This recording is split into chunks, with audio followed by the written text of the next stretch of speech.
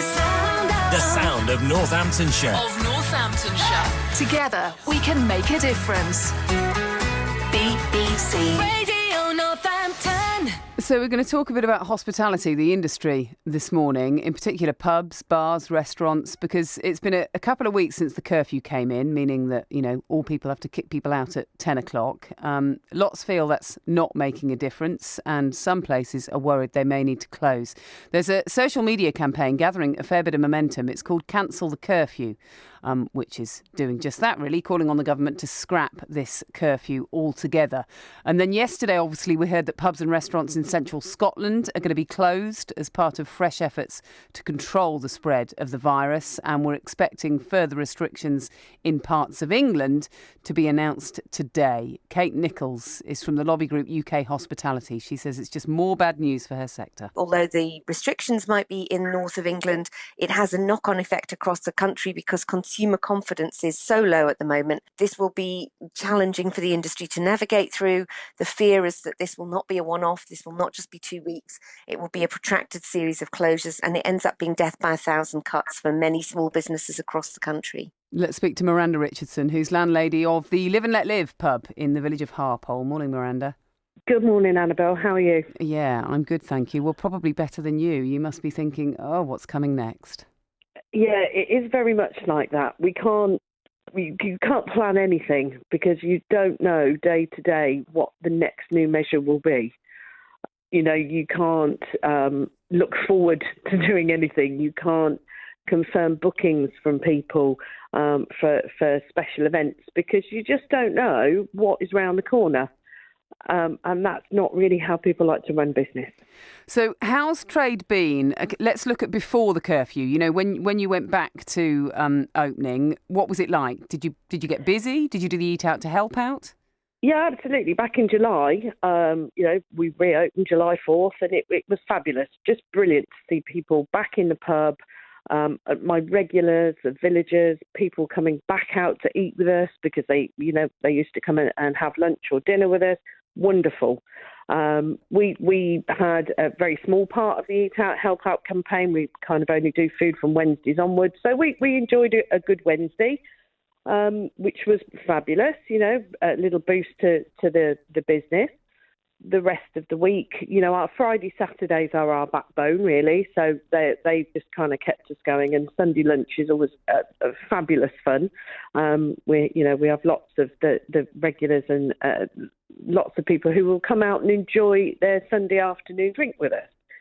Little bit different. We were working to the rule of 6 back in July. They were all part of our guidelines in hospitality from July. So our tables were separated. I'd quite often be able to put big groups together. We didn't do that. It was a table of 6. So we've been working to that for a long time. It's not kind of new to us, and a lot of pubs, that's not new to us. We have so many COVID regulations in place during, from July. We knew what we were supposed to be adhering to. I've got 7 hand sanitizers around my pub, all these kind of things. And when you look at July and August, everybody coming back, Eat Out to Help Out, lots of places busy. Interestingly, no rise in COVID cases. No rise in people catching the virus because they were coming out. And this is where 10 o'clock makes absolutely no sense whatsoever. Yeah, so what does that 10 o'clock mean for you? I mean, you just have to chuck people out mid-drink, do you? For me, the way I've done it, and everybody is different, but it is doors locked at 10 o'clock. It's not even a case of chucking them out, it's doors locked. 9:15, I call my last orders, which is just unreal. 9:30 is time, and then they've kind of got that time to drink up and get out before 10 o'clock. To down 3 pints. Yeah, exactly. Come on, get out.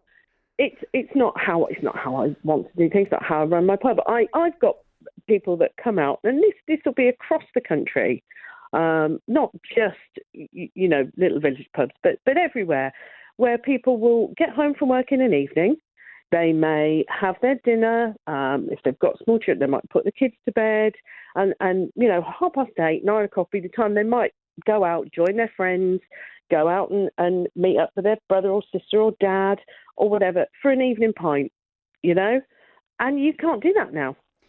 You because by 9:15, well, you might get in for one, but who's going to do that? Do you get inspections much?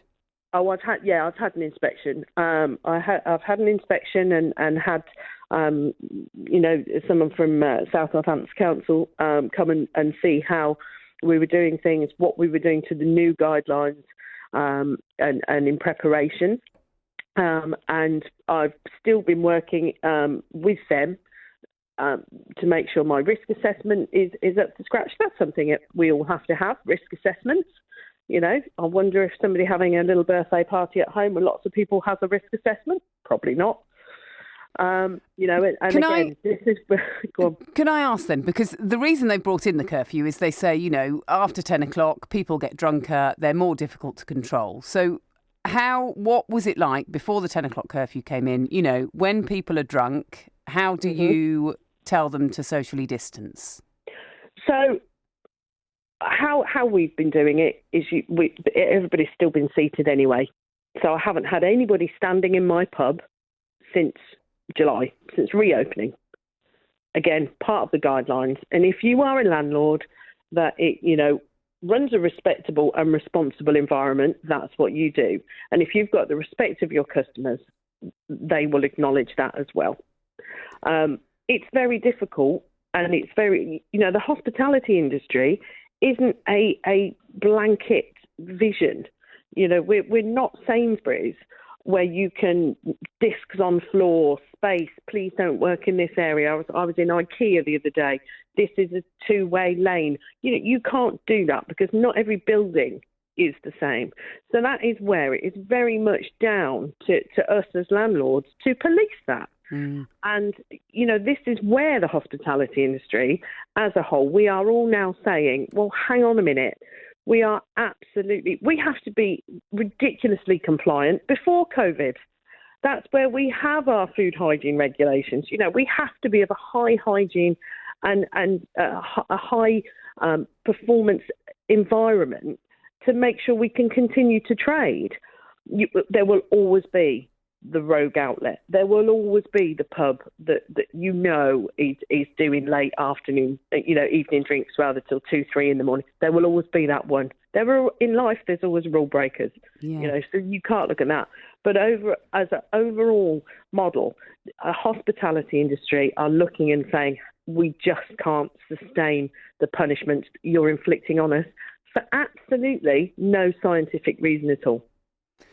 Miranda, I can hear your frustration.